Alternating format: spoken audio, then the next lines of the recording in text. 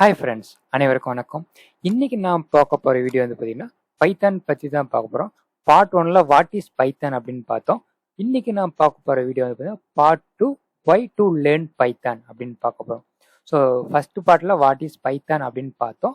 இன்னைக்கு நான் பார்க்க போகிற வீடியோ பார்த்தீங்கன்னா ஒய் டு லேர்ன் பைத்தான் அப்படின்னு பார்க்க போகிறோம். ஸோ நம்ம வீடியோக்குள்ளே போகிறதுக்கு முன்னாடி இது வரைக்கும் நம்ம சேனலை சப்ஸ்கிரைப் பண்ணி உங்கள் ஃப்ரெண்ட்ஸுக்கு ஷேர் பண்ணுங்கள். நம்ம சேனலில் டெக்னாலஜி, ஜாப், ஸ்டூடெண்ட்ஸ்க்கு தேவையான நிறைய வீடியோஸ் கன்யூஸ் அப்லோட் பண்ணிட்டு இருக்கோம். கண்டிப்பாக நம்ம வீடியோ வந்து பார்த்தீங்கன்னா ஸ்டூடெண்ட்ஸ்க்கு, நியூ லேர்னர்ஸ்க்கு கண்டிப்பாக யூஸ்ஃபுல்லாக இருக்கும். குறிப்பாக ஐடியில் ஒர்க் பண்ணுறவங்களுக்கு கண்டிப்பாக யூஸ்ஃபுல்லாக இருக்கும். ஓகேங்களா ஃப்ரெண்ட்ஸ்? ஸோ அங்கே வீடியோக்குள்ள போகலாம். ஸோ இப்போ Python is one of the famous language. Nowadays வந்து Python is one of the famous language. So அதனால் நிறைய பேர் பைத்தான் வீடியோ கேட்டிருந்தாங்க. நம்ம ஃபர்ஸ்ட்டு ஒரு 2 வீடியோ மட்டும் தியரிட்டிக்கலாக போவோம், இன்ட்ரொடக்ஷன் மட்டும். அதுக்கப்புறம் வந்து நம்ம ப்ரோக்ராமேட்டிக்கலாக வந்து டைப் பண்ணி எடுக்க போகிறோம். ஓகேங்களா? So why to learn Python. Python ஏன் பைத்தான் லேர்ன் பண்ணும்? ஸோ பைத்தான் லேர்ன் பண்ணுறதுக்கு main reason Python work on different platform அப்படின்னு சொல்கிறாங்க. ஓகேங்களா? இது வந்து பைத்தான் வந்து டிஃப்ரெண்ட் பிளாட்ஃபார்முக்கு சப்போர்ட் பண்ணும். For example Windows, Mac, Linux. ஓகேங்களா?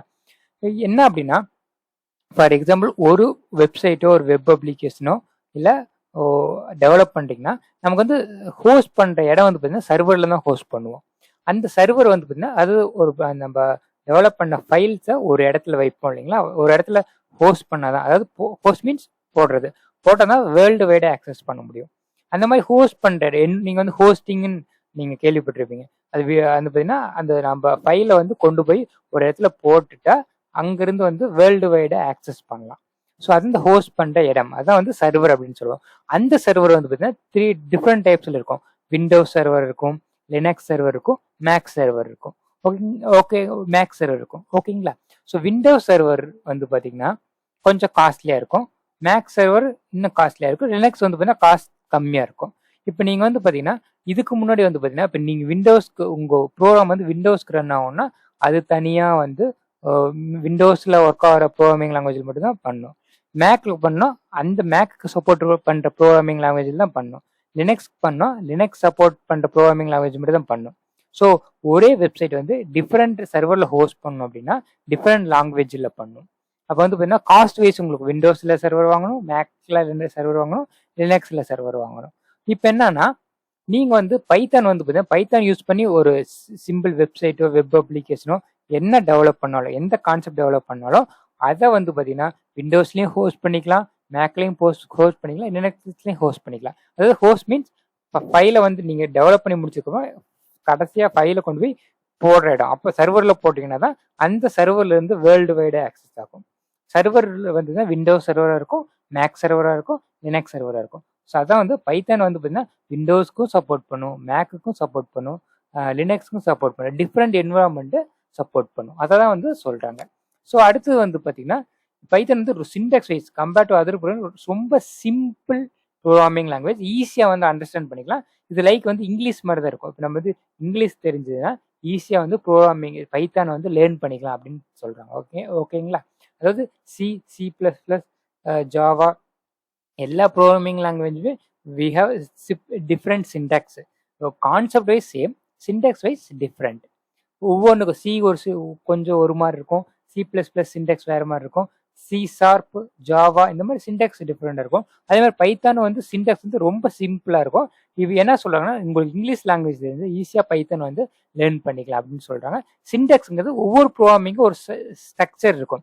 ஸ்டார்டிங் என்ன பண்ணணும், எண்டிங் என்ன பண்ணணும், பிகினிங்கில் என்ன எப்படி இருக்கணும், என்ன பிரேசஸ் எப்படி ஓப்பன் பண்ணணும், எண்ட் பண்ணணும், ஒவ்வொரு லைனுக்கு இடையில எந்த மாதிரிலாம் இருக்கணும் அப்படிங்கிறத சின்டாக்ஸ்.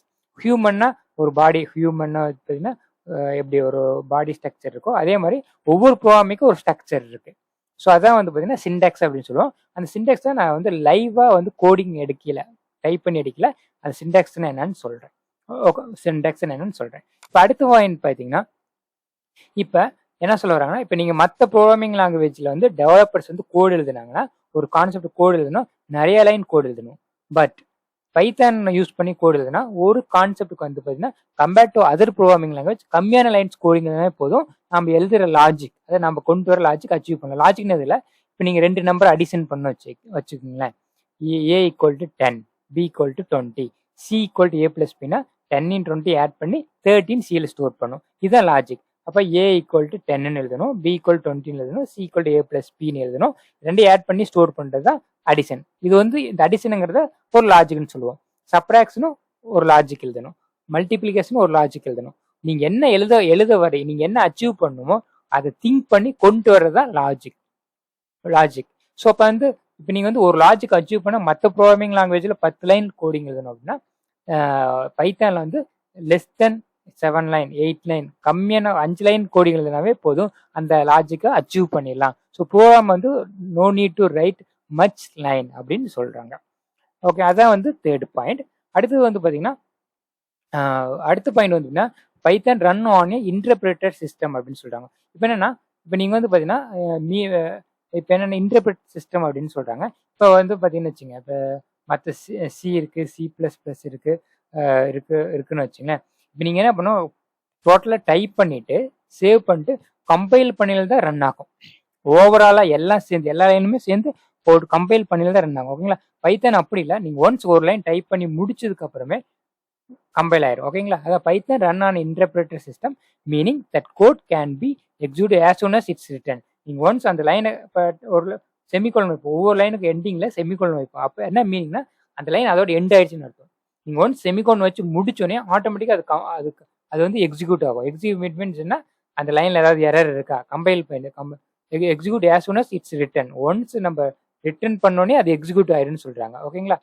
அது என்ன அப்படின்னு பார்த்தீங்கன்னா Python run on interpreter system meaning that code can be executed as soon as it's written அப்படின்னு சொல்கிறாங்க. அது என்ன அப்படின்னு பார்த்தீங்கன்னா, இப்போ நீங்கள் மற்ற ப்ரோக்ராமிங் லாங்குவேஜ் வந்து எழுதுனீங்கன்னு வச்சிங்களேன், இப்போ என்ன எழுதி சேவ் பண்ணி கம்பைல் பண்ணிங்கன்னா ஓவராலாகவே 10 லைன் எழுதிருக்கீங்கன்னா 10 லைனுமே கம்பைல் பண்ணி எக்ஸிக்யூட் ஆகும். பட் பைத்தான் அப்படி இல்லை, ஒரு லைன் எழுதி முடிச்சோடனே கம்பைல் ஆயிரும், அடுத்த லைன் எழுதி முடிச்சோடனே கம்பைல் ஆயிரும். ஒன் பை லைன் பை லைனை கம்பைல் பண்ணி ஃபைனலாக வந்து எழுதி ஓவராலாக முடிச்சோடனே எக்ஸிக்யூட் ஆகிறது தான் இன்டர்பிரேட்டர் அப்படின்னு சொல்லுவாங்க. அதான் Python run on an interpreter system meaning that code can be execute as soon as it's written. இப்போ நீங்கள் என்ன லைன் பை லைனாக கம்பைல் ஆகும், ஒன்ஸ் அந்த லைன் எழுதி முடிச்சோடனே எக்ஸிக்யூட் ஆயிரும் அப்படின்னு சொல்லுவாங்க. எழுதி முடிச்சோடனே எக்ஸிக்யூட் ஆயிரும் அப்படின்னு சொல்கிறாங்க. இப்போ இன்டர்பிரேட்டர்னு இதில் லைன் பை லைன் கம்பைலேஷன். இப்போ கம்பைலர் அப்படின்னா ஒரு 10 லைன் எழுதுறீங்கன்னா 10 லைன் எழுதி முடிச்சதுக்கப்புறம் நீங்கள் வந்து கம்பைல் பண்ணுறதுக்கு ஒரு ஆப்ஷன் இருக்குது, ரன் பண்ணுறதுக்கு ஒரு ஆப்ஷன் இருக்குது. அந்த ஆப்ஷன் கொடுத்தீங்கன்னா நான் சொல்கிற பின்னாடி அந்த ஆப்ஷன் கொடுத்தீங்கன்னா கம்பைல் ஆயிரும். அப்போ என்ன ஓவரால் சேர்ந்து கம்பைல் பண்ணால் கொஞ்சம் டைம் எடுக்கும். நீங்கள் எழுதி முடிச்ச உடனே கம்பைல் ஆயிடுச்சு, லைன் பை லைன் கம்பைல் ஆயிடுச்சுன்னு அப்படின்னா எழுதி முடிச்ச உடனே கம்பைல் ஆயிடுச்சுன்னா ஃபர்ஸ்ட் ஒரு லைன் எழுதுறீங்க செமிகோலன் வச்சோடனே முடிஞ்சு அடுத்த லைன் எழுதவங்களும் அது கம்பைல் ஆயிரும். அடுத்த லைன் 10 லைன் எழுதவங்கள 10 லைன் சேர்ந்து கம்பைல் ஆச்சுன்னா அது கம்பைலர். ஒவ்வொரு லைன் பை லைனாக எழுதி முடிச்சோடனே நீங்கள் எழுதி முடிச்சோடனே கம்பைல் ஆச்சுன்னா அது இன்டர்பிரேட்டர்.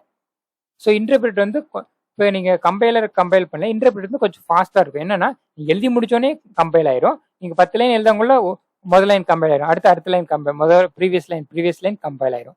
ஸோ அதான் வந்து இன்டர்பிரேட்டர். கம்பைலர்னா ஓவராலாக எல்லாத்தையும் பண்ணிட்டு பண்ணுறதா கம்பைலர். ஃபார் எக்ஸாம்பிள் இப்போ வந்து டீச்சர் வந்து ஒரு லெசன் எடுக்கிறாங்கன்னு வச்சுங்க, நீங்கள் நடத்தவே நீங்கள் அப்பப்பே படித்து முடிச்சிங்கன்னா அது வந்து இன்டர்பிரேட்டர்.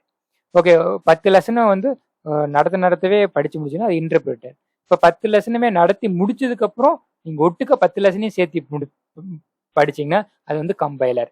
இன்டர்பிரேட்டர் கம்பைலருக்கு என்ன டிஃப்ரெண்ட்னா, ஒரு ஸ்டாஃப் வந்து இல்லை உங்கள் கிளாஸ் மேடம் வந்து கிளாஸ் எடுக்கிறாங்க, 10 லெசன் இருக்குது ஒரு சப்ஜெக்டில், அந்த ஒவ்வொரு லெசனையும் எடுக்க நீங்கள் கம்ப்ளீட்டாக படித்து முடிக்கிறீங்கன்னா அது இன்டர்பிரேட்டர். நீங்கள் வந்து மேம் எடுக்க படிக்காமல் 10 லெசன் நடத்தி முடிச்சதுக்கு ஒட்டுக்க 10 லெசனையும் படிச்சிங்கன்னா அது வந்து கம்பைலர். உங்களுக்கு இப்போ புரியும்னு நினைக்கிறேன். வாட் இஸ் கம்பைலருக்கும் இன்டர்பிரேட்டருக்கும் என்ன டிஃப்ரெண்ட், கம்பைலருக்கும் இன்டர்பிரேட்டருக்கும் டிஃப்ரெண்ட்டாக நான் ஒரு தனி வீடியோவே இதில் போடுறேன். அடுத்த பாயிண்ட் பார்த்தீங்கன்னா Python is versatile and can be use to create many different things. ஏன்னா பைத்தான் யூஸ் பண்ணி நிறைய டிஃப்ரெண்ட் திங்ஸ் கிரியேட் பண்ணலாம். ஃபார் எக்ஸாம்பிள் பார்த்தீங்கன்னா AI, ML இந்த மாதிரி நிறைய இருக்கா, டேட்டா சயின்ஸ் இந்த மாதிரி நிறைய இருக்குது, ஆர்டிஃபிஷியல் இன்டெலிஜென்ஸ், மிஷின் லேர்னிங், இந்த மாதிரி டேட்டா சயின்ஸ் இந்த மாதிரி நிறைய இருக்குது. Python has powerful development library include AI, ML. ஏன்னா இப்போ வர வேர்ல்டு ட்ரெண்டிங் தகுந்த மாதிரி பார்த்தீங்கன்னா artificial intelligence, machine learning, robotics இந்த மாதிரி இதெல்லாம் வந்து ட்ரெண்டிங். இதில் எல்லாமே பார்த்தீங்கன்னா பைத்தான் வந்து கண்டிப்பாக யூஸ் பண்ணுவோம். ஸோ அதுதான் சொல்கிறாங்க Python has a powerful development library including artificial intelligence machine learning in etcetera அதை தான் வந்து சொல்கிறாங்க. So Python is one of the more versatile compared to other programming languages.